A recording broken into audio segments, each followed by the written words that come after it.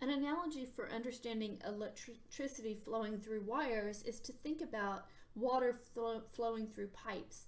And there are a lot of parts of this analogy that will help you when you start doing more in electrical engineering, even like in your intro electrical engineering class, which all engineers, I believe all engineers take.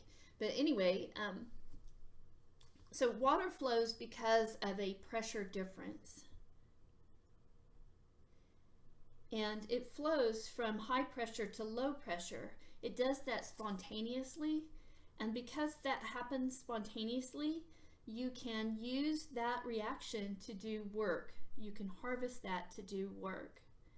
And so the same thing is true with an electrical system. If you have an electrical pressure difference, you can use that natural flow to do work. So when we say potential for electrochemical cells, that is the same thing as pressure. That's how we think about it.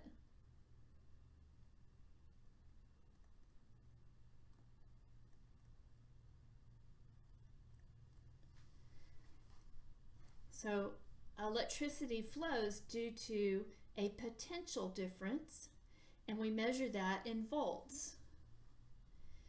Electricity flows from high potential to low potential, and the amount of that difference tells you the voltage of it. Electromotive force,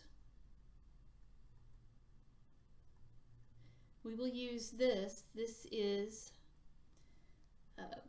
another word for that is cell potential. It tells you the maximum potential difference between the two electrodes. In other words, you can consider the potential of one and the potential of the other, and this difference is going to give you E cell. And it's going to be the bigger difference between the potential of the two cells, the greater flow or the greater overall voltage is possible.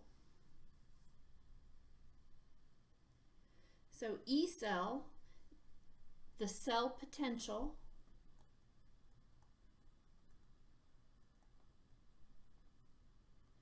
comes from both of the two cells, the anode and the cathode.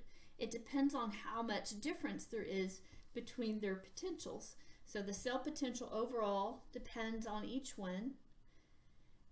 The one reactant, the anode, it has a tendency to lose electrons, and the other one, the cathode, has a tendency to take electrons.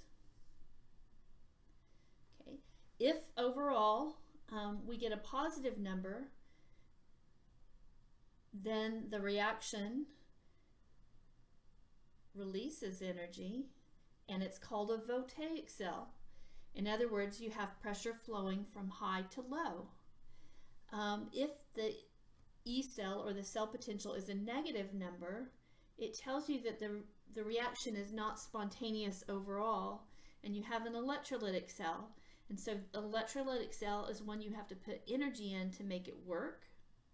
It's like pushing a ball uphill. A voltaic cell releases energy, and so this is like having water flow from high pressure to low pressure.